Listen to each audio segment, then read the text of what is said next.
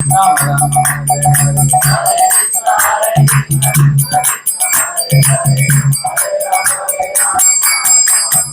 Hare Krishna Hare Krishna Krishna Krishna Hare Hare Hare Rama Hare Rama Rama Rama Hare Hare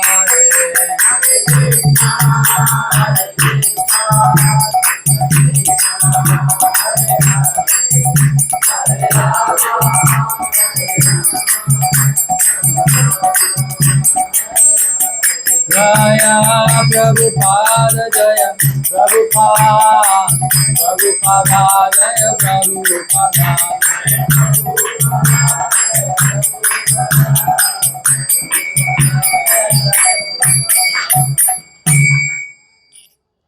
Harinam Sankirtan Mayagni ki jai Jagat Guru Srila Prabhupada ki jai Nitai Gaur Premanande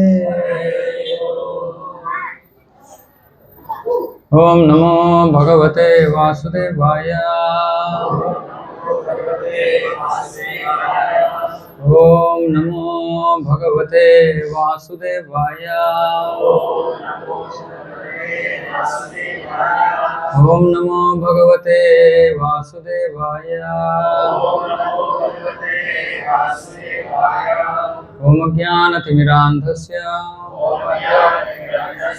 Jnananjanashalakaya Chakshurunmilitam yena Tasmai Shri Gurave Namaha Shri Chaitanya Manobhishtam Sthapitam yena bhutale Swayam Rupa Kadamahyam Dadati Swapadantikam Vandeham Shri Guru Shri Yuttapadakamalam Shri Gurun Vaishnavanscha Shri Rupam Sagrajatam Sagana Raghunatanvitam Tam Sajivam Sadvaitam Savadutam Parijana Sahitam Krishna Chaitanya Devam Shri Radha Krishna Padan Sagana Lalita Shri Vishakhanvitamscha He Krishna Karuna Sindhu Dina Bandho Jagatpate Gopesha Gopika Kanta Radha Kanta Namostute Tapta Kanchana Gaurangi Radhe Vrindavaneshwari Vrishabhanusute Devi Pranamami Haripriye Vancha Kalpatarubhyascha Kripa Sindhubhya Vacha Patitanam Pavanebhyo Vaishnavebhyo Namo Namaha Jai Shri Krishna Chaitanya Prabhu Nityananda Shri Advaita Gadadhara Shivasadi Gaura Bhakta Vrinda Hare Krishna Krishna Krishna Hare Hare Hare Rama Rama Rama Hare Hare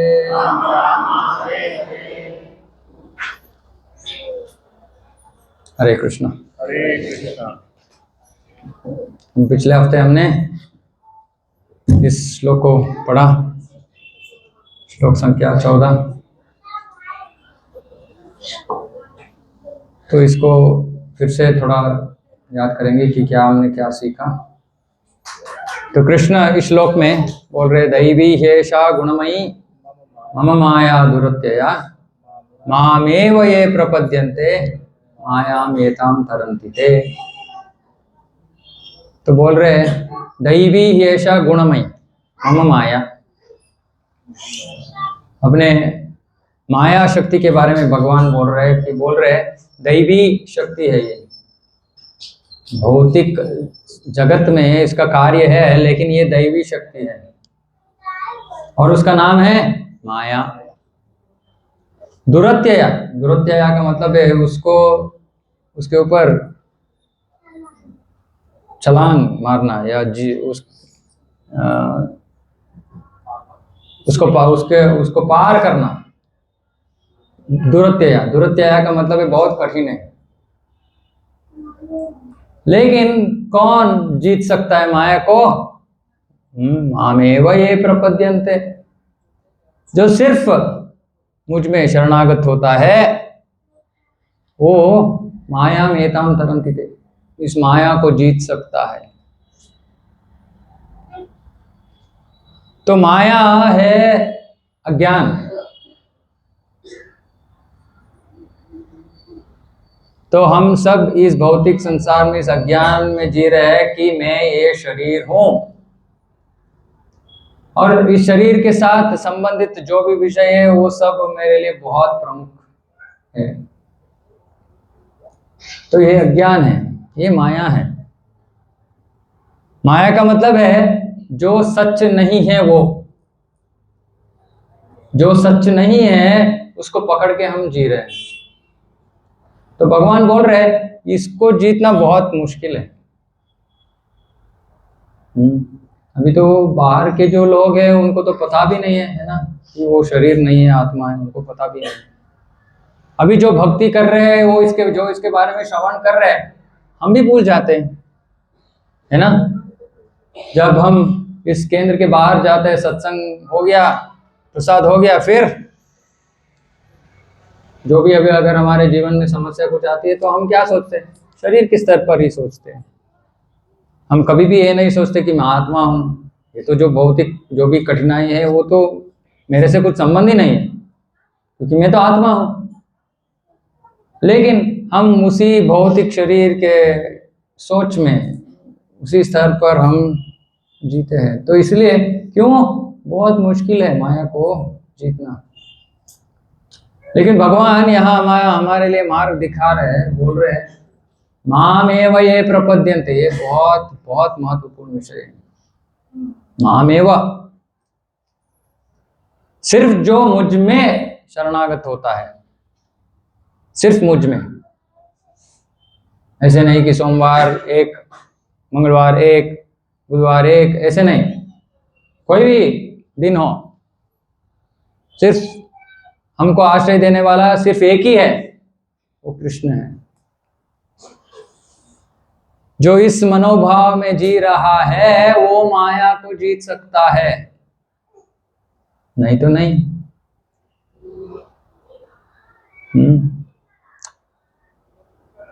और शरणागति के बारे में हमने पिछले हफ्ते हमने बहुत विषय के बारे में बात की, हमने बहुत उसके बारे में श्रवण किए हमने।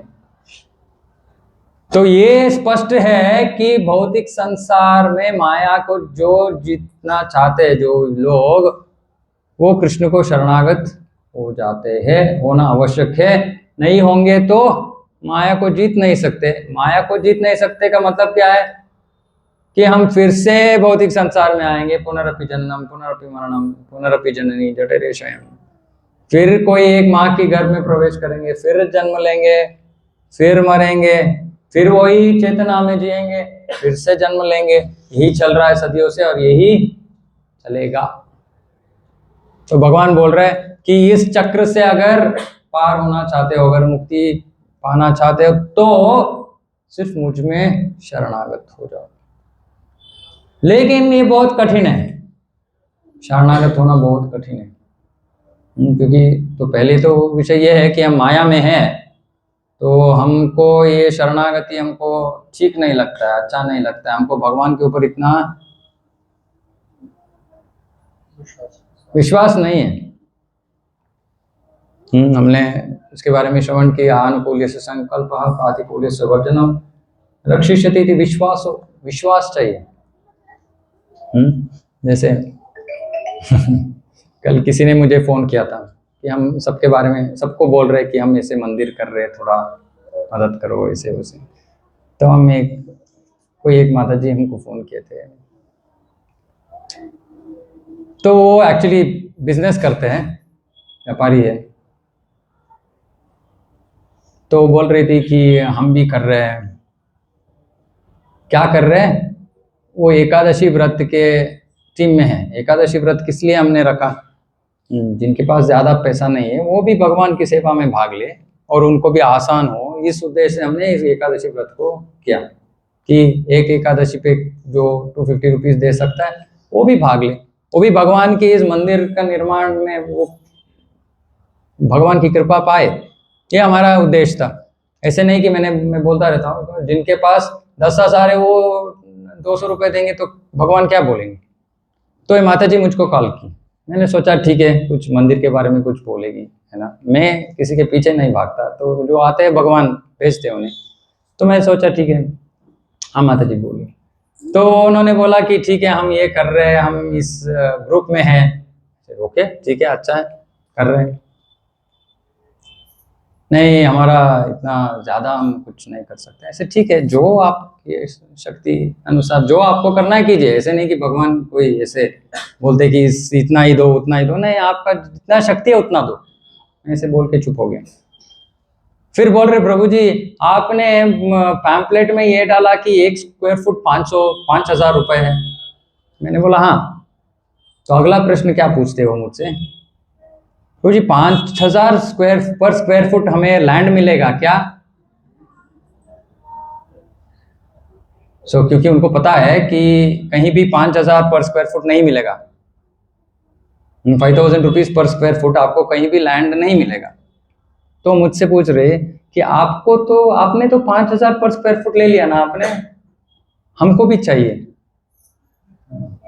ठीक है, मैंने बोला नहीं माता जी वो किसी ने हमको थोड़ा दान में दिया था, थोड़ा कम में मिल गया हमें, नहीं तो आप अभी उलिमाओं में आएंगे तो 10,000 पर स्क्वायर फुट है। तो मैं सोचा कि ठीक है उनके पास पैसा नहीं है तो 5,000 स्क्वायर फुट में पूछा कि माता जी आप क्या चाह रहे हैं? तो उन्होंने बोला कि हमको एक 30-40 चाहिए। मैं बोला ठीक है 30-40 चाहिए। और मैंने ऐसे ही पूछा आपका बजट क्या है? क्या बताया उन्होंने बजट? 1 करोड़ बताया। उनका बजट 1 करोड़ है। वो भगवान के लिए कितना दे रहे हैं? 250 रुपीज। तो ये है लोगों का, भगवान के लिए देना इतना, भगवान के लिए कुछ करना इतना आसान नहीं है, आसान नहीं है। उसके लिए पूरा विश्वास चाहिए। अभी देखिए वो बोल रहे कि मेरे पास 40% है, अभी एक 60% मैं लोन दूंगी, ठीक है। तो 40 लाख है उनके पास, लेकिन भगवान को नहीं देंगे, भगवान को नहीं देंगे, खुद के बिजनेस के लिए देंगे। लेकिन मुझे उसके बारे में मैं सोच रहा था कि ठीक है लोगों के पास ऐसे नहीं कि पैसा नहीं है, लेकिन भगवान को देने के लिए मन नहीं है, विश्वास नहीं है। क्योंकि वो क्या सोच रहे हैं कि कल मेरा जीवन में कुछ हो जाएगा तो कौन देगा। तो उनको ये विश्वास नहीं है कि भगवान देंगे। वो सोच रहे नहीं मेरे पास जो है उससे ही मैं अपना जीवन ये करूंगा, वो ही चाहिए। तो ये विश्वास नहीं है, इसलिए भगवान के ऊपर पूरा शरणागत होना इतना आसान नहीं है। सब कुछ उनके ऊपर छोड़ के हमारा कर्तव्य करना, लेकिन सब कुछ भगवान की प्रसन्नता के लिए करना बहुत मुश्किल है। अभी इसलिए भगवान अगले श्लोक में ये बताते हैं कि कौन शरणागत नहीं होता है, कौन मेरे पास आके मेरा शरण ग्रहण नहीं करेगा। और 16 श्लोक में, अगले श्लोक में वो कौन शरण ग्रहण करेगा, कौन शरणागत हो जाएगा, इसके बारे में। तो 2 श्लोकों में 2 विषय है। इस श्लोक में कौन जो शरणागत नहीं होगा उसके बारे में बोल रहे हैं, और अगले श्लोक में जो शरणागत होते हैं उनके बारे में बोलते हैं।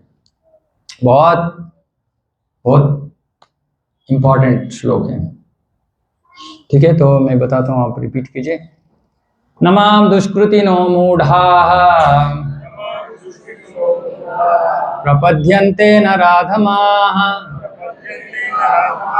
माययापहृतज्ञाना आसुरं भावमाश्रिताः। नमां दुष्कृतिनो मूढ़ाः प्रपद्यन्ते नराधमाः माययापहृतज्ञान आसुरं भावमाश्रिताः न मां दुष्कृतिनो मूढाः प्रपद्यन्ते नराधमाः माययापहृतज्ञान आसुरं भावमाश्रिताः न मां दुष्कृतिनो मूढा मां दुष्कृतिनो मूढाः प्रपद्यन्ते नराधमाः माययापहृतज्ञान आसुरं भावमाश्रिताः न मां दुष्कृतिनो मूढा न मां दुष्कृतिनो मूढाः पद्यन्तो नराधमा प्रपद्यन्ते नराधमाः माययापहृतज्ञान आसुरं भावमाश्रिताः न मां दुष्कृतिनो मूढा न मां दुष्कृतिनो मूढाः प्रपद्यन्ते नराधमाः माययापहृतज्ञान आसुरं भावमाश्रिताः न मां दुष्कृतिनो मूढाः प्रपद्यन्ते नराधमाः माययापहृतज्ञान आसुरं भावमाश्रिताः। आता है न मां दुष्कृतिनो मूढाः प्रपद्यन्ते नराधमाः माययापहृतज्ञान आसुरं भावमाश्रिताः न मां दुष्कृतिनो मूढाः प्रपद्यन्ते नराधमाः माययापहृतज्ञान आसुरं भावमाश्रिताः। ओके, तो भगवान बोल रहे हैं नमाम दुष्कृतिनो दुष्कृतिनः। तो पहला शब्द है दुष्कृतिनः। तो प्रभुपाद जी इसका विवरण देते हैं। कृतिना, कृति, कृति का मतलब है बुद्धि या सामर्थ्य। जो अपना बुद्धि या सामर्थ्य दुष्कार्य के लिए उपयोग करते हैं वो है दुष्कृतिनः। गलत कामों के लिए जो अपना बुद्धि सामर्थ्य उपयोग करते हैं ये है दुष्कृतिनः। तो प्रभुपाद जी यहाँ दुष्ट लिख रहे हैं, दुष्ट। तो जो दुष्ट व्यक्ति है, दुष्ट लोग भगवान के पास आके भगवान का शरण नहीं करेंगे, ग्रहण करेंगे। इनमें 4 वर्ग है। पहला है मूढ़ाः। मूढ़ा का मतलब मूर्ख। पहला वर्ग है मूर्खों का। अरे कौन इस मूर्ख के वर्ग में आते हैं देखेंगे। दूसरा है नराधमाः। नराधमा का मतलब है नर, नरों में अधम, सबसे पतित, मनुष्यों में सबसे पतित। ये दूसरा वर्ग है। तीसरा है मायया अपहृत ज्ञान। जिसका बुद्धि ने, माया ने जिसका बुद्धि को हर लिया है, अपहृत, छीन लिया है, ऐसे व्यक्ति। और आसुरम भावम आश्रिता। असुरों को भाव, जो असुर है। तो 4 वर्ग है। एक है मूढ़ा, मूर्ख। दूसरा है मनुष्यों में सबसे अधम। तीसरा है जिसका बुद्धि माया ने छीन ली है। और चौथा है असुर। अभी इन 4 वर्गों का वर्णन करते हैं प्रभुपाद जी। बहुत लंबा तात्पर्य, बहुत अद्भुत तात्पर्य है। तो जिनके पास यथारूप है कृपा करके इसको पढ़िए। ओके, मैं पूरा पढ़ नहीं सकता, एक 3 पेज का तात्पर्य है मैं, लेकिन इसमें जो बहुत मुख्य विषय है उसको थोड़ा मैं बताऊंगा उसके बारे में। थोड़ा नीचे जाइए, थोड़ा और, हाँ हाँ, बस बस। भगवत गीता में यह कहा गया है कि श्री भगवान के चरण बहुत छोटे हैं, बहुत छोटे, मुझे दिख नहीं रहे, चरण कमलों की शरण ग्रहण करने से, तो थोड़ा और मोटा कीजिए, हाँ, करने से मनुष्य प्रकृति के कठोर नियमों को लांघ सकता है। तो क्या बता रहे हैं कि जो व्यक्ति भगवान कृष्ण के चरण कमलों की शरण ग्रहण करता है, वो इस भौतिक प्रकृति के कठोर नियमों को लांघ सकता है, पार कर सकता है, उसको जीत सकता है। तो पहला विषय है कि ये प्रकृति के जो नियम है बहुत कठोर है। उसका मतलब क्या है? क्या कठोर नियम के बारे में बता रहे प्रभुपाद जी? हाँ, कौन से कठोर नियम है? प्रकृति के कठोर नियम, सरकार के नियम नहीं है जिसको हम लांघते हैं। कैसे लांघते हैं? किसी को रिश्वत देके। लेकिन ये भौतिक प्रकृति के नियम है जो हम उसको पार नहीं कर सकते। ये कौन से नियम है? यह कर्म फल के नियम। कोई भी व्यक्ति कर्म फल को जीत नहीं सकता, कि ये नहीं बोल सकता कि मैंने कर्म किया है लेकिन मैं वो फल भुगतना नहीं चाहता, मैं इससे कैसे भी मैं एस्केप करूंगा, बच जाऊंगा, नहीं। तो प्रभुपाद जी बोल रहे हैं कि आपको अगर इस कठोर नियमों से आपको बचना है तो आपके लिए एक ही मार्ग है। क्या मार्ग है? भगवान का शरण ग्रहण करना। तो ये पिछले श्लोक में भगवान ने बता दिया है कि ना दैवी एषा गुणमयी मम माया दुरत्यया मामेव ये प्रपद्यन्ते। अगर माया को जीतना है तो सिर्फ मुझ में शरण ग्रहण करो। अभी अगला एक वाक्य प्रभुपाद जी लिख रहे हैं यहाँ पर यह प्रश्न उठता है कि फिर का मतलब है ऐसा है सत्य कि सबको भगवान की शरण ग्रहण करना है, लेकिन ये जो विद्वान दार्शनिक है, दार्शनिक कौन है? फिलोसोफर्स, जो तत्व ज्ञान बोलते हैं, वैज्ञानिक, साइंटिस्ट, व्यापारी, बिजनेस जो करते हैं व्यापारी, और शासक एडमिनिस्ट्रेटर्स, जो सरकार नहीं, एडमिनिस्ट्रेटर्स है। और अगला कौन है? तथा जनता के नेता। तो इन 4-5 वर्गों के लोगों के बारे में प्रभुपाद जी पूछ रहे हैं, ये क्यों सर्वशक्तिमान भगवान श्री कृष्ण के चरण कमलों की शरण क्यों नहीं ग्रहण करते ये लोग? अभी ये कौन कौन है फिर से याद करेंगे। कौन है?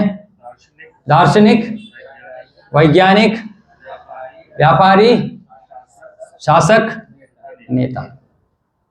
ये 5 वर्गों के लोगों के बारे में प्रभुपाद जी पूछ रहे हैं कि ये क्यों भगवान का शरण ग्रहण नहीं करते।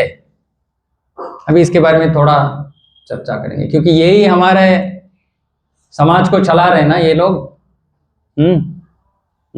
वैज्ञानिक, कितने लोग यहाँ विज्ञानियों को, जो विज्ञानी जो बोलते हैं उसको मानते हैं? कितने लोग तैयार है कि वो जो विज्ञानी बोल रहा है वो सच बोल रहा है, इसलिए मैं वो भी जो भी कह रहा हूँ उसको मैं स्वीकार करने के लिए तैयार हूँ? कितने लोग स्वीकार करते हैं वैज्ञानिकों को? एक आगे पीछे मत देखो, हाँ, हाथ उठाइए जो विज्ञानियों को मानते हैं। अरे ये क्या, बाकी लोग नहीं मानते? 50-50 नहीं है, 2 ही ऑप्शन है, मानता हूं नहीं मानता हूं। मानने वाले हाथ ऊपर उठाइए। ओके, साइंटिस्ट को मानने वाले। अभी कौन नहीं मानता है? मैंने बोला 50-50 नहीं है। अभी बाकी सबों को हाथ उठाना है। मैं ऐसे जब प्रश्न पूछता हूँ सब डर जाते हैं, अरे बाबा। ठीक है, आपको ही उत्तर पता चल जाएगा कि हमको मानना है कि नहीं मानना है। कितने लोग ये मानते हैं कि कोरोना वायरस था?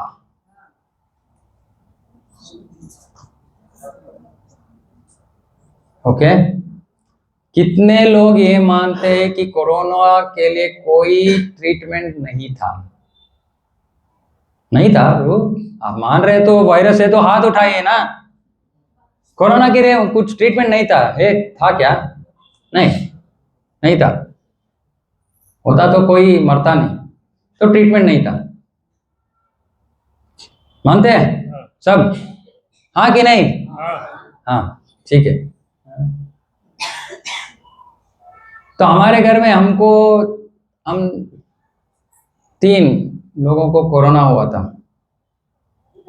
ठीक है, उससे पहले मैं ये भी पूछना चाहता हूँ कि कितने भक्तों ने यहाँ वैक्सीनेशन ली थी? ठीक है, नहीं वो गलत प्रश्न है। कितने भक्तों ने यहाँ नहीं ली थी?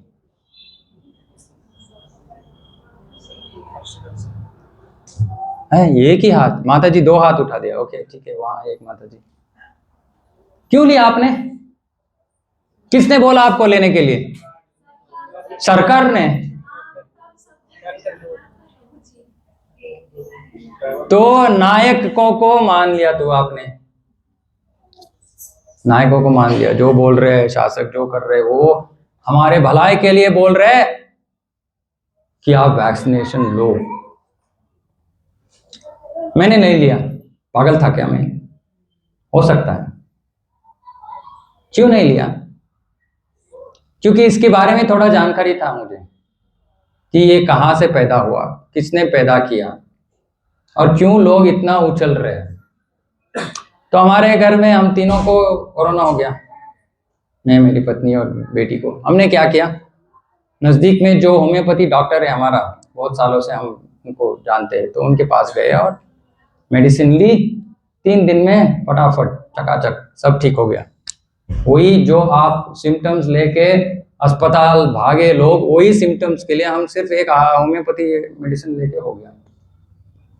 और हमने एक और होम्योपैथी डॉक्टर को मिला जो कोरोना का टाइम में मास्क भी नहीं पहना उन्होंने।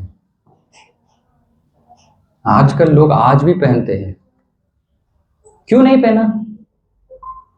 पता था, वो बोले कि ऐसा कुछ भी नहीं है, ये तो एक ऑर्डिनरी वायरस नहीं। अभी ये जो आपने सब किसको माना? जो वैज्ञानिक ने बोला, जो उद्यमी, कौन था उद्यमी जो आपको वैक्सीनेशन दिया ना बना के, फार्मा कंपनी, कितना एक वैक्सीनेशन के लिए? हाँ, 700 रुपए कितने लोगों ने लिया? पूरा विश्व में लोगों ने लिया। कितना पैसा बनाया उन्होंने। अभी जो आप ये कोरोना वायरस मान रहे हैं, अभी new national university of Singapore, internet में सर्च कीजिए, नेशनल यूनिवर्सिटी ऑफ सिंगापुर ने पिछले साल एक रिपोर्ट तैयार की कोरोना के बारे में। और उन्होंने क्या बोला आपको पता है? कोरोना वायरस ही नहीं था। पहला, कोरोना एक बैक्टीरिया था, हमारे पेट में ही है बैक्टीरिया। कोरोना एक बैक्टीरिया था और उसके लिए ट्रीटमेंट क्या पता आपको? एस्पिरिन, पता है आपको? एस्पिरिन कोरोना के लिए ट्रीटमेंट था, जो आपको किसी ने नहीं बताया। एस्पिरिन है क्रोसिन का एक वेरिएंट, वो एस्पिरिन इसके लिए ट्रीटमेंट था। आप सर्च कीजिए इंटरनेट पे। लेकिन हमको किसी ने बताया नहीं ना, हमको पता नहीं था, क्योंकि हम इन लोगों को मान के बैठे हैं। तो विज्ञानी, तो ये क्या हमारे भलाई के लिए कुछ कर रहे हैं? कितने लोग मानते हैं कि जो भी विज्ञानी कर रहा है हमारे भलाई के लिए कर रहा है? कितने लोग मानते हैं? अभी एक तो पुश हो गया, अभी देखते हैं अगले क्वेश्चन। कितने लोग मानते हैं विज्ञानी को? हाथ उठाइए प्रभु, जिन्होंने कोरोना वायरस को माना ही हो। आपको ये भी मानना पड़ेगा, कोरोना वायरस से तो आपको धोखा दे दिया आपकी विज्ञान ने। अभी सोचते हैं, अभी ये क्या कर रहे हैं, क्या क्या, क्यों विज्ञान साइंटिस्ट से क्या हमको उपयोग क्या हो रहा है? साइंटिस्ट से, माता जी इसको पूछते हैं, प्रियंका माता जी, क्या फायदा हो रहा है हमको साइंटिस्ट से? जीवन शैली में बहुत सारे परिवर्तन। अच्छा कि बुरा? जैसे पहले ट्रेन इलेक्ट्रिक चेन चल रहा है, बहुत चल रहा है, अच्छा चल रहा है। ओके, काम करने की गति होना गति बहुत, दुर्गति बहुत ज़्यादा फास्ट हो रहा है। ओके, गति बहुत फास्ट हो रही है। ओके, फिर फिर जो भी हमारे पिछले साइंटिस्ट जैसे जेसी बोस इन्होंने भी जो भी आविष्कार किया क्या किया उन्होंने? जैसे प्लांट्स हैव दैट लाइफ, हाँ ठीक है। तो हम लोग भी aware हम क्या किया हमने उसके बारे में? हमने बोला कि प्लांट्स के लिए लाइफ है लेकिन पशु के लिए लाइफ नहीं है, और खा रहे हैं मार के। नहीं, आपने हमें बोला कि इसका प्रयोजन क्या हुआ, इसका प्रयोजन क्या हुआ। ठीक है, और कुछ साइंटिस्ट, प्रो साइंटिस्ट, हम प्रो साइंटिस्ट है, बोलिए। मोबाइल से हाँ, मोबाइल फोन, अरे प्रभु वही। हाँ, हमसे बातचीत कर सकते लेकिन उसको छोड़ के हमसे कितना समय बात करेंगे आप, कितना सेकंड बात करेंगे? ये किसको क्या बोलते हैं, पाँव पे। अभी ये जो मोबाइल फोन किसी ने इन्वेंट किया, किसी विज्ञानी ने, तो इससे हमको क्या हो रहा है? अच्छा है जीवन, इससे नुकसान ज्यादा हुआ है या फायदा ज्यादा हुआ है? कैसे नुकसान हो रहा है? वो तो यूज करने के ऊपर है। हाँ, अभी हम कैसे यूज कर रहे हैं उसके बारे में बताइए। थियोरेटिकल आंसर नहीं चाहिए हमें, प्रैक्टिकल आंसर चाहिए। हम कैसे यूज कर रहे हैं? तो मैं आपको थोड़ा एक उदाहरण दूंगा। कल हम वहाँ हमारे एक विजयनगर सत्संग के वहाँ एक मंदिर में हमने एक एक्चुअली नया कार्यक्रम शुरू किया कि सांस्कृतिक पुनश्चेतन, कल्चरल रिवाइवल, ऐसे एक प्रोग्राम हमने शुरू किया वहाँ। और जब हम लोगों के साथ बात कर रहे थे एक मंदिर में, तो बहुत सारे जो ऐसे टीनेजर नहीं, थोड़ा हाँ 21, 22 ऐसे बच्चे आए,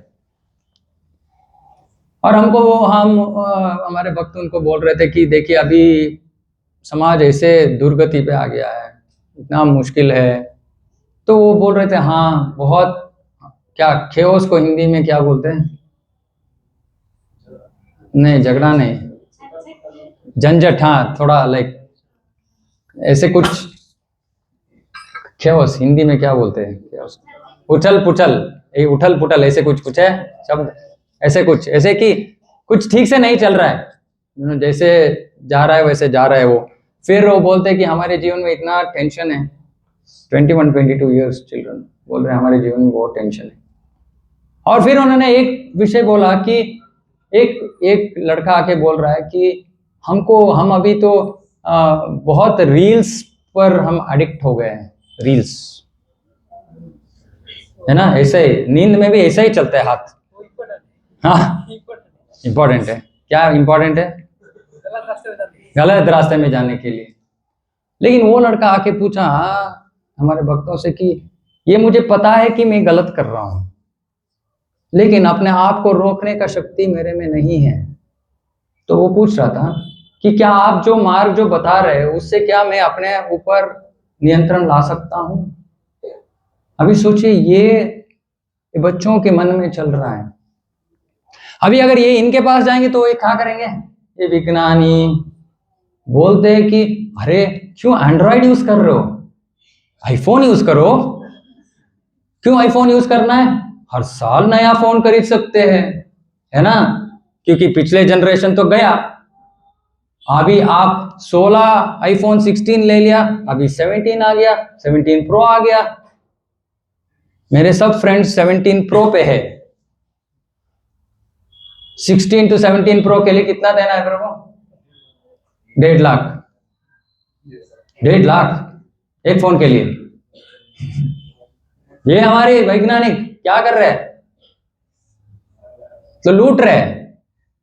अभी हम इनके बातों को मानेंगे तो वो क्या करेंगे? अपना बिजनेस बढ़ाएंगे। हमारा भलाई कहाँ हुआ? हम इतना मूर्ख है कि हम वैज्ञानिक साइंटिस्ट आके हमसे बोलता है कि, मैंने इसके बारे में बताया ना पहले भी, कि आपके दादा परदादा कौन थे? बंदर थे। हम बोलते हैं हाँ विज्ञानी जी आप बोल रहे तो हमारा दादा तो बंदर ही होगा। और एग्जाम में लिखते हैं मेरा दादा बंदर था, मेरा दादा बंदर था, नहीं तो मार्क्स नहीं मिलेगा ना। डार्विन ने उससे वही किया, वही कहा उसने, तो हम इनको मान रहे हैं। क्यों नहीं मानेंगे तो फेल हो जाएंगे एग्जाम में। तो ये जो बड़े बड़े लोग हैं ये सब दुष्ट है। भगवान वही बोल रहे, मैं नहीं बोल रहा हूं, कृष्ण बता रहे हैं ये दुष्ट है। अभी विज्ञानी, ये साइंटिस्ट जो है उसने क्या,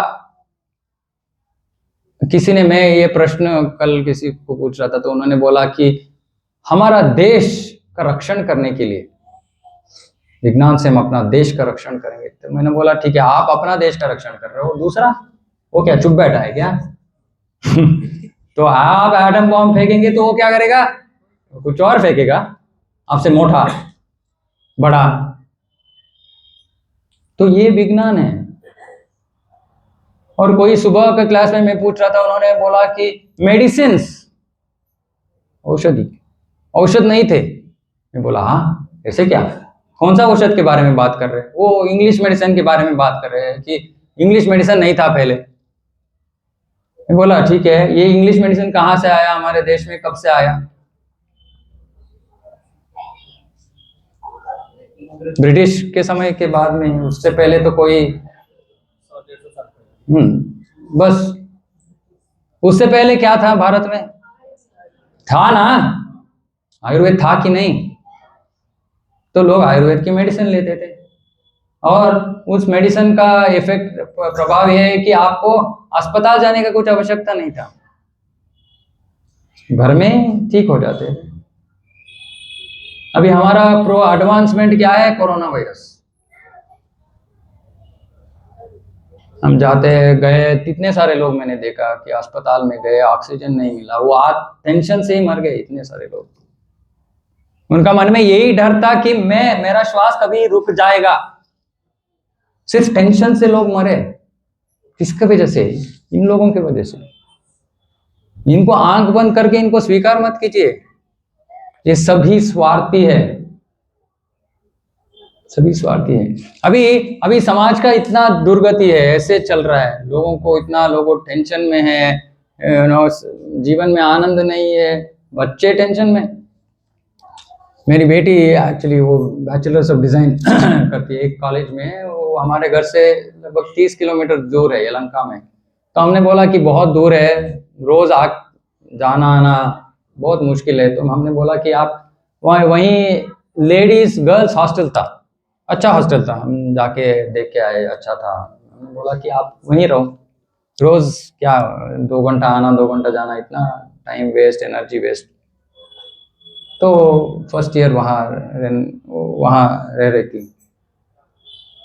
तो फिर एक दिन मेरे पास आके बोली उसने कि पिताजी, मेरे सब फ्रेंड्स जो है क्या क्या करते हैं, वो सब लड़कियां क्या करते हैं? दारू पीते हैं, स्मोक करते हैं और ड्रग्स लेते हैं। अभी कितना 20, 21, 19, 20 ईयर्स के बच्चे। अभी मेरे मन में ये प्रश्न उठा, ठीक है, मेरे बेटी को उसको तो पता है कि ये सब संस्कृति है, अच्छा नहीं है, बुरा है, हमको ऐसे करना है, वैसा नहीं करना है, ठीक है, उसको अच्छा नहीं लगा तो उसने बोला कि मैं वहां नहीं रह सकती, मैं घर आ जाती हूँ, जो भी कठिनाई है यहाँ से जाना है तो रोज ठीक है, नो प्रॉब्लम, उससे बेहतर है। तो वो घर आ गई। फिर मेरे मन में ये विचार उठा कि मैं सोच रहा था कि जैसे मुझे मेरा अपने बेटी के बारे में मुझको इतना कंसर्न है, उसी तरह वो जो लड़कियां हैं उनकी पेरेंट्स को भी उनके ऊपर इतना ही कंसर्न होगा ना। ऐसे नहीं कि हम उनके माता पिता के पास जाएंगे और बोलेंगे कि आपकी बेटी ड्रग्स ले रही है तो वो मनाएंगे, नहीं ना, उनको भी दुख होगा, उनको भी अच्छा नहीं लगेगा। तो मेरे मन में ये सोच आया कि ये फिर क्यों कर रही है? उनको पता है कि वो गलत है, ऐसे नहीं कि उनको पता नहीं है। लेकिन कौन इस सब विषयों को सुधार करेगा, कौन ठीक करेगा समाज को? ये जो नेता है, विज्ञानी है, कोई भी नहीं कर रहा है। कोई भी इसके बारे में सोच भी नहीं रहा है। कुछ ऐसे कि समाज ऐसे इस दिशा पे चल रहे हैं, इसको रोकना है, इसको बदलना है, कोई भी नहीं सोच रहा है, क्योंकि उनको भगवान के ऊपर विश्वास ही नहीं है। ये कोई नहीं मानता है कि कैसे कोई भगवान ऐसे कोई है। ये पूरा नास्तिक लोग है, पूरा नास्तिक लोग है, और हम इनके ऊपर डिपेंड है। ये जो बोलते हैं उसको हम मानते हैं। जिसको कोई डर नहीं, गलत काम करने में कुछ डर नहीं उनको।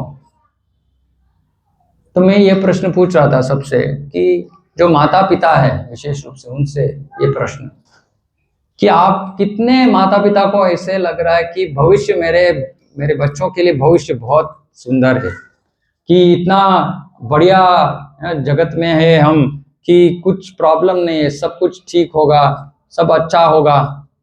ऐसे सोच सकते हैं क्या आजकल की माता पिता? इतना टेंशन में है सब कि ऐसे समाज में, ऐसे प्रभाव में हमारे बच्चे जी रहे और ऐसे जिएंगे आगे जाके। तो मेरा प्रश्न ये है कि ये जो लोग हैं जो कृष्ण के पास आके जो शरण नहीं ग्रहण करते हैं, वो तो कुछ नहीं करेंगे इसके बारे में। कौन करेगा? स्कूल कर रहा है, उनको तो पता भी नहीं है, वो तो बच्चों को सिखाने वाले हैं, लेकिन वो भी कुछ नहीं कर रहे हैं। माता पिता क्या कर रहे हैं? उनके पास समय भी नहीं है और पता भी नहीं है कि क्या करना है ना? क्योंकि बहुत सारे माता पिता ये करते हैं कि ऐसे छड़ी लेके ये करो, ये मत करो। क्या आप उन बच्चों के पीछे भागोगे क्या? जब बड़े होंगे तो वो बाहर जाएंगे, क्या आप आपके उसके पीछे पीछे पीछे भागेंगे देखने के लिए कि वो ठीक कर रहा है नहीं कर रहा है? नहीं। तो हमको क्या देना है? इनको शिक्षण देना है। इनको शिक्षण देना है कि ये गलत है, ये सही है, और उनको भविष्य के लिए तैयार करना है। ये जो लोगों के पीछे अगर उनके ऊपर मानेंगे तो वो तो कुछ नहीं करेंगे। अभी किसके हाथ में है ये समस्या? इतना बड़ा प्रॉब्लम है, कौन करेगा? प्रभुपाद जी। प्रभुपाद जी इसलिए इस्कॉन स्थापना की उन्होंने।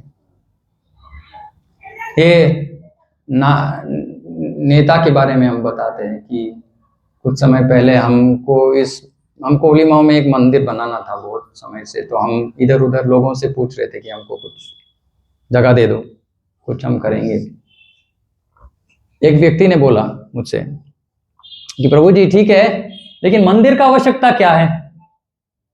नेता है, इसका क्या उत्तर दें? अभी आप बताइए मुझे, मंदिर का आवश्यकता क्या है? क्यों चाहिए मंदिर? तो वो बोल रहे थे हमें कि ऐसे तो हुलीमाओं में इतने सारे मंदिर है, एक और मंदिर से क्या फायदा?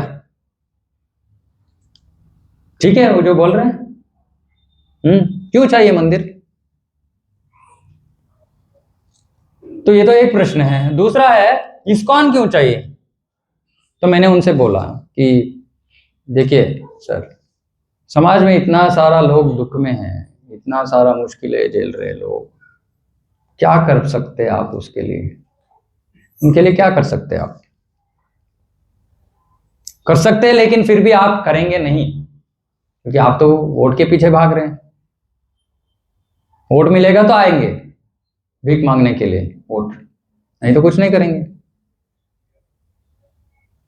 और हमने उनको बोला देखो, सामान्य रूप से लोग मंदिर में जाते हैं, दर्शन लेते हैं, प्रसाद तीर्थ लेते हैं और 10 सेकंड बैठते हैं और निकल जाते हैं। क्या उनका जीवन बदलता है क्या? मंदिर, सामान्य नॉर्मल मंदिर जाने से उनका जीवन बदलेगा नहीं, लेकिन वो पुण्य कार्य कर रहे हैं। मंदिर जाना पुण्य कार्य है। इससे क्या फायदा? अगले जन्म में आपको सुख मिलेगा, अगले जन्म में। इस जन्म का नहीं है ये विषय। हम तो सोच रहे कि हम अभी मंदिर जाएंगे तो हमारा कुछ भलाई हो जाएगा, ऐसे कुछ नहीं है। आप जो भी कर रहे हो वो अगले जन्म के लिए तैयारी कर रहे हैं, इस जन्म के लिए नहीं। इस जन्म के लिए भगवान ये बोल रहे हैं, इस जन्म में कुछ उद्धार होना है तो मेरे पास आओ। तो हमने उनको बोला कि देखो, समाज में लोगों को मदद करना, लोगों का मदद करना, ऐसे हमारे जो बच्चे हैं उनको सही दिशा दिखाना, ये हमारा कर्तव्य है। हम वो करेंगे इस्कॉन में।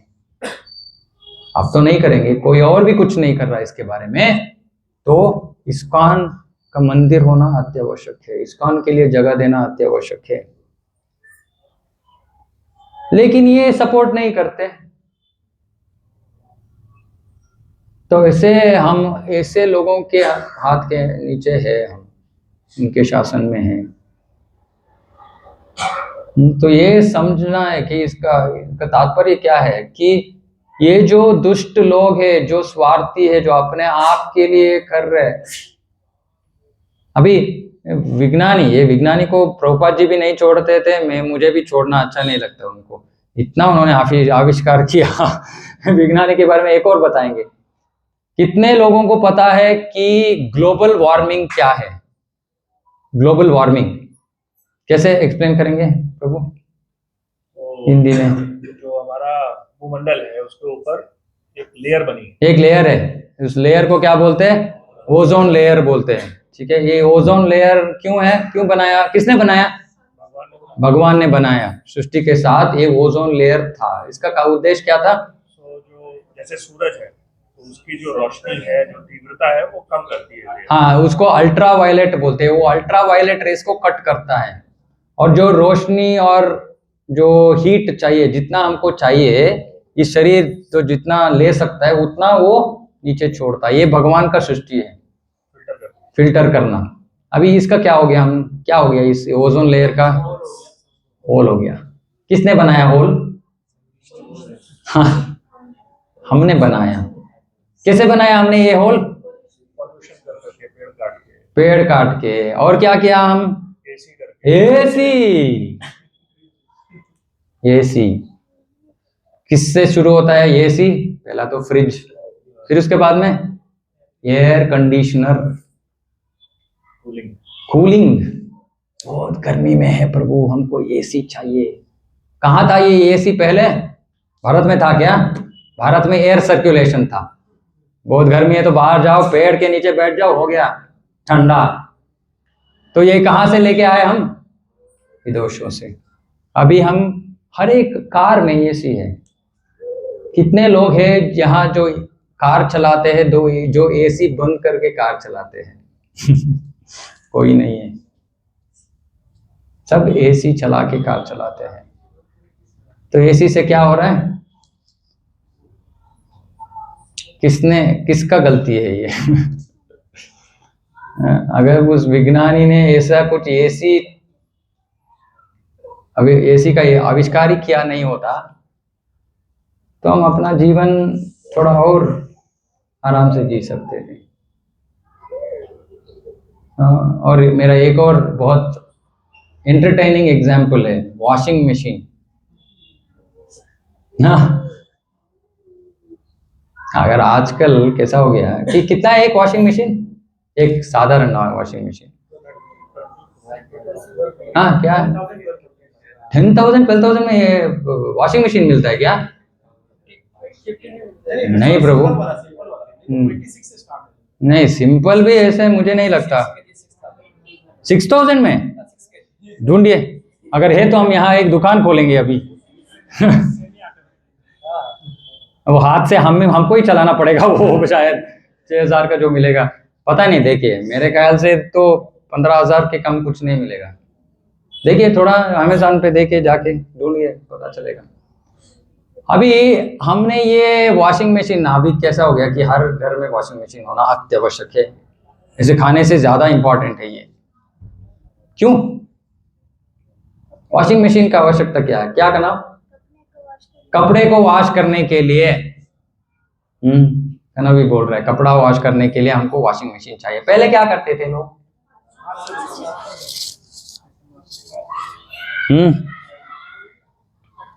तो हमने क्या किया? हमने बोला कि ये सब ओल्ड फैशन है, कौन करता है ये सब? कंफर्ट चाहिए हमको, आराम चाहिए हमको। हम आराम एसी के अंदर बैठेंगे और वो वॉशिंग मशीन मेरा काम करेगा। और फिर हम क्या करते हैं उस समय पे? नहीं योगा क्लास जाते हैं, जिम जाते हैं। क्यों? कुछ एक्सरसाइज नहीं हो रहा है शरीर के लिए। जो भगवान ने एक्सरसाइज दिया वो तो नहीं कर रहे हम, है ना? तो उसके वजह से डॉक्टर के पास जाते हैं पैसा खर्च करने के लिए, फिर जिम जाते हैं, फिर योगा क्लास में जाते हैं। फ्री में हम अपना स्वास्थ्य को अच्छी तरह रख सकते थे अगर वॉशिंग मशीन नहीं लाया होता तो। ठीक है, आप बोलेंगे प्रभु ये सब प्रैक्टिकल नहीं है, लेकिन सोचने का विषय है। सोचने का विषय है कि ये जो कर रहे हैं वो अपने के लिए कर रहे हैं, उनको पता भी नहीं है कि ऐसे इतना साइड इफेक्ट्स होते हैं इससे। तो तात्पर्य ये है कि हम इनके ऊपर डिपेंड नहीं हो सकते। एग्जाम्पल है प्रभु, माइक दूंगा आपको, बोलिए। 5G नेटवर्क, हाँ। रेडियो फ्रीक्वेंसी जो डेविएशन है, high frequency radiation, this is causing cancer, DNA damage, neurological issues, lot of. 5G कहाँ है? 5G जेब में, मेरा नहीं है, मेरा वहां है। जेब में लेके घूम रहे शैतान को। ये है ना, किसने बताया? किसी ने बताया आपको? 4G नेटवर्क ओल्ड फैशन है, 5G के अपग्रेड करो। इसके लिए नया मोबाइल भी खरीदो, आपका मोबाइल 5G नहीं लेगा, है ना? 5G मोबाइल चाहिए, ये है हमारा 5G। तो ये आधुनिकता हमको कहीं भी नहीं लेके जा रहा है। ये आधुनिकता, ये आधुनिक नेता, ये जो विज्ञानी है, कोई भी कुछ नहीं करेगा, सब स्वार्थ के लिए कर रहा है। तो हमारा जीवन में एक ही है कि हमको भगवान के पास आना है, भगवान का शरण ग्रहण करना है। और ये लोग बोलते हैं कि भगवान ही नहीं है, इनका क्या सुनेंगे हम? पहले तो वो हमारे जीवन में मुश्किलें पैदा कर रहे हैं और उसके ऊपर बोलते हैं कि भगवान नहीं है। ये सब अपना है, हम ही कर रहे हैं। तो प्रभुपाद जी इसके बारे में बहुत बड़ा तात्पर्य है। तो बोल रहे ये मूर्ख कौन है? तो बोलते हैं जो गधे की तरह काम कर रहे हैं वो मूर्ख है। क्यों हंस रहे हो? रोहित प्रभु हंस रहे हैं। कौन गधे की तरह काम कर रहा है? हाथ उठाइए ना। सब गधे की तरह ही काम कर रहे हैं। हम क्यों गधे की तरह काम कर रहे हैं? ऐसे क्यों बोलते हैं हिंदी में, गधे की तरह काम मत करो? गधा कैसा काम करता है? दिन भर करता है। क्या करता है? वही चीज एक जगह से दूसरा। क्यों कर रहा है इतना? खाने के लिए। क्या मिलेगा उसको? घास। बाबा कोई गोभी मंचूरियन नहीं दे रहा है उसे। घास कहाँ मिलेगा? आजकल तो नहीं, धोबी नहीं दिखता। हम जब धोबी थे, जब ये गधा था, तो तब तो घास कहाँ मिलता था? कहीं भी। उसको सिर्फ ऐसे करना था, इस तरफ देखो उस तरफ देखो, हाँ है घास। लेकिन वो सोचता था नहीं, अगर मैं नहीं ले सकता, वो तो मेरा मालिक है, वो ही देगा तभी मैं खा सकता हूँ। मूर्ख है ना। कोई वहां उस रक्षण करने के लिए कोई बैठा नहीं है कि ये नहीं घास नहीं ले सकते आप, मेरा घास है। तो प्रभुपाद जी बोल रहे ये मूर्ख है जो ये भी नहीं जानते कि जीवन कैसे चल रहा है, जीवन का ध्येय क्या है, जीवन में क्या करना है क्या नहीं करना है, कुछ भी पता नहीं, सिर्फ गधों की तरह काम करना। ये पहला वर्ग के मूर्ख हैं। तो वो तो भगवान के पास आते नहीं ना। कब आते हैं भगवान के पास? कुछ प्रॉब्लम है तो आ जाते हैं। तब तक कहना है नहीं मुझे नहीं चाहिए भगवान। क्यों चाहिए? प्रभुपाद जी अमेरिका गए। जब अमेरिका गए, प्रभुपाद जी ने देखा कि सब चर्च खाली, चर्च में कोई नहीं जा रहा था।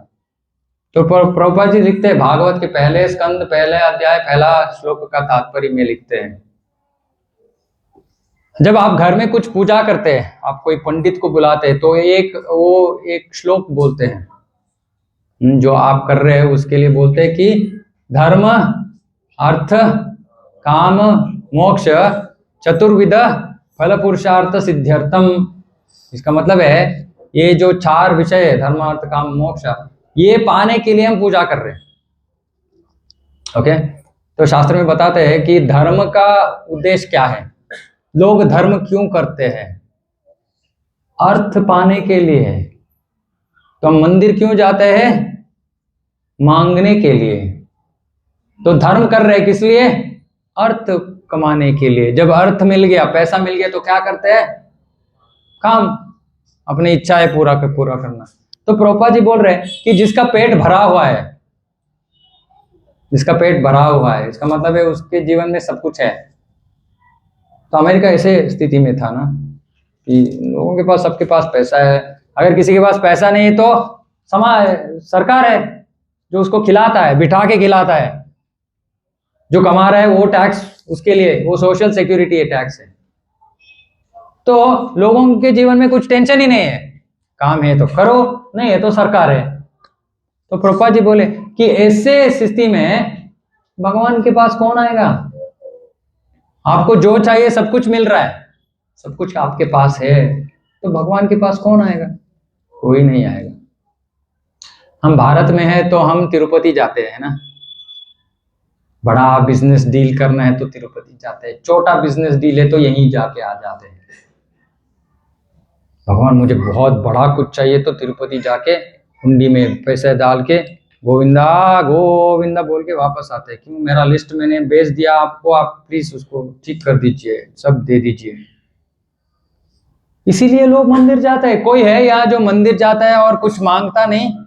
हमारे भक्तों के बीच में होंगे अभी, सुन सुन के अभी मार मार के फिर से हम कुछ मत मांगो, भगवान को पता है वो देंगे जो देना है। तो इस्कॉन के भक्त थोड़ा वो स्टॉप नहीं करेंगे, लेकिन बाहर के लोग क्यों जाते हैं मंदिर? ऐसे हाथ ऐसे आगे सामने लाके आते हैं मंदिर में, भगवान मैं आपके शरण में आ गया, मुझे ये दीजिए, मुझे वो दीजिए। मांगने के लिए जाते हैं हम, नहीं तो हम धर्म नहीं करेंगे। तो बोल रहे प्रभुपाद जी की जिसके पास सब कुछ है वो क्यों धर्म करेगा?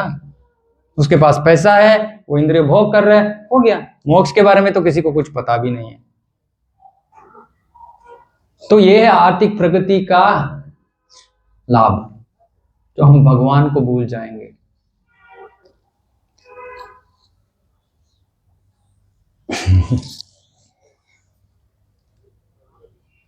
तो हमारा उद्देश्य है कि हम मनुष्य जन्म में हमको क्या करना है? भगवान का शरण ग्रहण करना है। अभी जो शरण ग्रहण करने के लिए तैयार है उनको दूसरे लोगों के पास भी जाके उनको भी बोलना है कि आप भी शरण ग्रहण करो। भगवान के बिना और कोई नहीं है, आपका रक्षण देने वाले कोई नहीं है, सबका भलाई होगा इससे। इसलिए हम बोल रहे थे कि हम ये मंदिर का निर्माण करने के लिए हम सब लोगों को एक अवसर दे रहे हैं, एक अपॉर्चुनिटी दे रहे हैं कि सब भगवान के मंदिर बनाने में जुड़े। मंदिर बनाने के लिए तो बहुत पैसा चाहिए, लेकिन हम अगर जाके बोलेंगे कि तुम इतना ही दो, तो बहुत सारे लोग हैं जो नहीं दे सकते, उनको नुकसान हो जाएगा, उनको लाभ नहीं मिलेगा। तो हमने बोला कि नहीं, हम ये करेंगे कि हर एक व्यक्ति को भगवान की कृपा मिले, हर एक व्यक्ति को। हमारा अभी एक प्लान है, एक योजना है, जो हम सोच रहे कि कर्नाटक में 6 करोड़ लोग हैं, तो हम सोच रहे हैं 6 करोड़ लोग में 1 करोड़ लोग सुसंस्कृत हो जाए, संस्कृति, हमारा वैदिक संस्कृति को अपनाए। और ये कहाँ से शुरू होगा? एकादशी करने से। तो हम ये प्रोग्राम अभी हमने स्टार्ट की, तो कल ऐसे बहुत सारे ऐसे मैंने बताया कि बच्चे आके भी बोले कि उनको भी ये बहुत आवश्यक लग रहा है। तो हमने डिसाइड किया कि हम इसको और बढ़ाएंगे, कर्नाटक में हर जगह हम इसको फैलाएंगे। और उनमें से तो बहुत सारे लोग ये भी बताया उन्होंने कि हम भी बोलेंगे इसके बारे में दूसरे लोगों को, क्योंकि तो ये तो इतना आवश्यक विषय है, हम भी बोलेंगे लोगों को। तो ऐसे अगर हम प्रयास नहीं करेंगे, हम हाथ पे हाथ रख के अगर हम घर पे बैठेंगे, तो कोई नहीं है करने वाले, ये कोई नहीं करेगा। इसलिए प्रभुपाद जी गए, इतने उनका आयु 70 साल बाहर गए, सबको भलाई हो। तो ये हमारा कर्तव्य भी बनता है कि हमको भी प्रयास करना है। ऐसे नहीं कि मुझे मिल गया बस हो गया। तो ऐसे तो प्रभुपाद जी वृंदावन में रह सकते थे ना, क्यों गए वो बाहर? उनका उद्देश्य था कि सबको ये मिले, सबको जीवन में आनंद मिले, सब टेंशन फ्री जीवन बिताए। तो आप सबसे भी रिक्वेस्ट है कि आप जो भी यहाँ इस क्लास में जो भी सुनते हैं, कृपा करके किसी को तो जाके बताइए। कोई तो होगा ना, जो पत्नी यहाँ आई है, पति नहीं है तो पति को बताओ, जो पति है पत्नी नहीं तो उनको बताओ, कोई पति पत्नी दोनों है तो बच्चों को बताओ, कोई है नहीं तो भाई है बहन है, कोई तो है आपके नजदीक जो आप चाहते हो उनका भलाई हो, तो उन जैसे लोगों को सबको बताओ कि भगवत भक्ति, भगवान के पास आके शरण ग्रहण करने के बिना और कुछ मार्ग नहीं है जीवन में। ठीक है, किसी का कुछ प्रश्न है? कोई प्रश्न? सब शरण ग्रहण करने के लिए तैयार है? धीरे धीरे हो जाएगा। हमारा उद्देश्य है कि सब वो भगवान जो चाहते हैं उस लेवल तक सब आ जाए। इतना आसान नहीं है, जैसे मैंने बताया कि हम एटलीस्ट हम बोलना शुरू किया हमने कि हमको शरण ग्रहण करना है, वो ही प्रारंभ है। जो बाहर के लोग हैं उनको पता भी नहीं कि ऐसे कुछ करना है। तो अगर हम वो मान जाएंगे, वो स्वीकार करेंगे, ठीक है नहीं मुझे करना है, भगवान का शरण ग्रहण करना है, वही हमारा जीवन का मंगल प्रारंभ है, वो हमारा भाग्य है वो, अगर हम उस दिशा पे चल सकते हैं तो। वही उद्देश्य है इस केंद्र का, और जो मंदिर आ रहा है उसका भी वही उद्देश्य है कि सब लोगों को ये जो है अत्यावश्यक विषय ये सबको बांटना। ठीक है, कुछ प्रश्न है नहीं तो यही समाप्त करेंगे। श्रीमद् भगवत गीता की जय, जगत गुरु श्रील प्रभुपाद की जय, समवेत गौर भक्तवृंद की जय। एक गाना है बंगाली में, बोलते यदि प्रभुपाद न होई तो तबे की होई तो नहीं, क्या है उसके बाद में? जीवन ये मेरा कहाँ है? किसी का मोबाइल पे सर्च करो। अच्छा, एक अच्छा विषय मोबाइल के, हाँ वो भी क्योंकि इस्कॉन के अंदर है, नहीं तो क्योंकि कहाँ है हमारे? यदि प्रभुपाद ना हुई तो तभी की दीजिए यहाँ। जीवन बहित कैसे? नहीं हिंदी है क्या? मुझे नहीं, एक बंगाली में। देवे समर्थ, इसको ऑफ करो। एक 5 मिनट, ये बहुत सुंदर गाना है। क्योंकि अगर वो नहीं होते तो हम यहाँ